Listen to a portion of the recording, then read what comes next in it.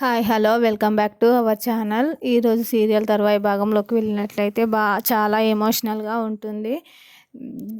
కార్తీక్ అయితే శౌర్యని హాస్పిటల్లో వదిలేసి వెళ్తాడు కదా. కార్తీక్ వచ్చేసరికి శౌర్య కనిపించదు బెడ్ మీద. నా నర్స్ వచ్చి చూసేసరికి శౌర్యని అయితే కనిపించదు బెడ్ మీద. అప్పుడే కార్తీక్ అయితే వస్తాడు. వచ్చి నా కూతురు ఏది అని నర్సుని అడుగుతాడు. ఏమో సార్, మేము టెస్ట్ల కోసం ప్రిపరేషన్ చేద్దామని వచ్చేసరికి బెడ్ మీద పాప లేదు సార్ అని కార్తీక్ అయితే చెప్తారు నర్సులు. ఇక్కడికి వెళ్ళిందని కార్తీక్ అయితే సీరియస్ అవుతాడు. అప్పుడే డాక్టర్ వచ్చి ఇక్కడే ఎక్కడో ఉంటుంది, చూద్దాం కార్తీక్, మీరేం బాధపడకండి అని, మన కూతురు దొరకకపోతే మంచిగా ఉండదు డాక్టర్ అని కార్తీక్ అయితే డాక్టర్తోని అంటాడు. నర్స్ మీరైతే వెతకండి, సీసీ కెమెరాలు చూడండి అని డాక్టర్ అంటారు. బయటికి కార్తీక్ వెళ్ళి చూసేసరికి అక్కడ వినాయకుడి విగ్రహం దగ్గర పూజ శౌర్యనైతే దేవుడిని ప్రార్థిస్తుంటుంది. రేపటి పరీక్షలో నేను పాస్ అవ్వాలి దేవుడా అంటూ దేవుడికి అయితే మొక్కుకుంటుంది. కార్తీక్ అటు చూసేసరికి శౌర్య దగ్గరికి వెళ్ళి, ఏంటమ్మా ఇక్కడేం చేస్తున్నావు అని కార్తీక్ అంటాడు. రేపటి పరీక్షలో పాస్ అవ్వాలని దేవుడికి మొక్కుకుంటున్నాను నాన్న అని శౌర్య అంటుంది.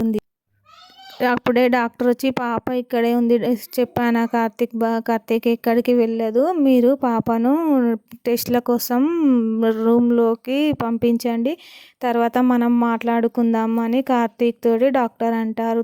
నాకు తెలుసు డాక్టర్, మీరు ఏం మాట్లాడతారో అని కార్తీక్ అంటారు. రేపే ఆపరేషన్, డబ్బులు కడితేనే ఆపరేషన్ అని చెప్తారు మీరు.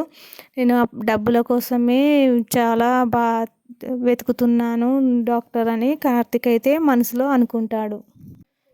అంతలోనే జ్యోత్స్న కాఫీ తాగుతూ వాళ్ళ ఇంట్లో ఆలోచించుకుంటుంది. ఈ దాసు బతికి ఉంటే నిజాలు బయటపడతాయి, వీడిని ఎలాగైనా చంపాలి అని మనసులో అనుకుంటూ టీ తాగుతూ ఆలోచిస్తుంది. అంతలోనే దశరథ పైనుంచి వస్తాడు.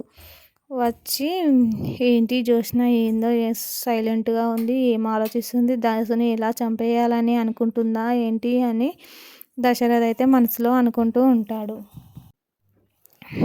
దశరథ్, జ్యోత్స్న ఏంటి, ఏం చేస్తున్నావు, ఏం ఆలోచిస్తున్నావు అని దశరథ అంటాడు. ఏం లేదు డాడీ అని జ్యోత్స్న అంటుంది.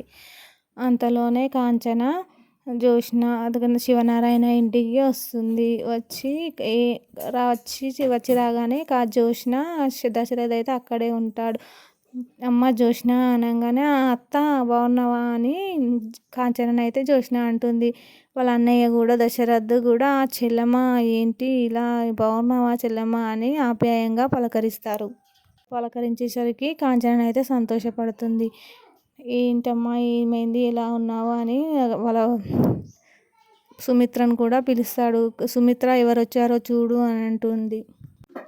నాన్నేడి అన్నయ్య అని అడుగుతుంది సుమిత్ర. ఉన్నాడమ్మా అని వాళ్ళ నాన్న కూడా వచ్చేసారు. అన్నయ్య నాకు డబ్బులు కావాలన్నయ్య, నాన్న నాకు డబ్బులు కావాలి నాన్న అని సుమిత్ర అడుగుతాడు. ఎందుకు డబ్బులు ఎందుకు అని చిన్నదానికి ఆపరేషన్ ఉంది అని, ఆరోగ్యం బాగలేదని శౌర్య గురించి అయితే కాంచన అయితే చెప్తుంది. ఏంటి అంత బాగాలేదా చిన్నదానికి అని శివనారాయణ నాన్న అని కాంచన అంటుంది. జ్యోత్స్న అంటుంది, ఎవరికో బాగలేకపోతే నువ్వెందుకు వస్తావు, బాగలేకపోతే వాళ్ళ అమ్మ దీప రావాలి కానీ నీ కూతురా, నీకు మనవరాలు నీ కొడుకు పుట్టిందా అని శివనారాయణ.